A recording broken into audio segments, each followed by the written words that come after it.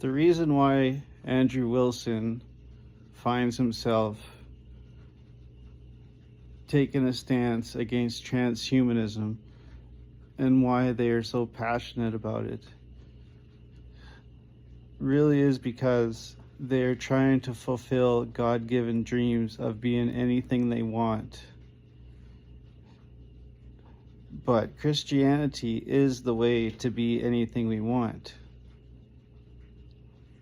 I suggest people go watch this video of Andrew Wilson debating transhumanism. See, the key to all our success to infinite possibility is first, we need to learn how to be lovers.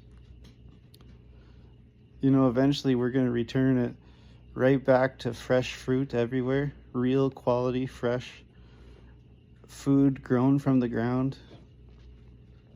We'll hardly have any pain, any guilt very soon.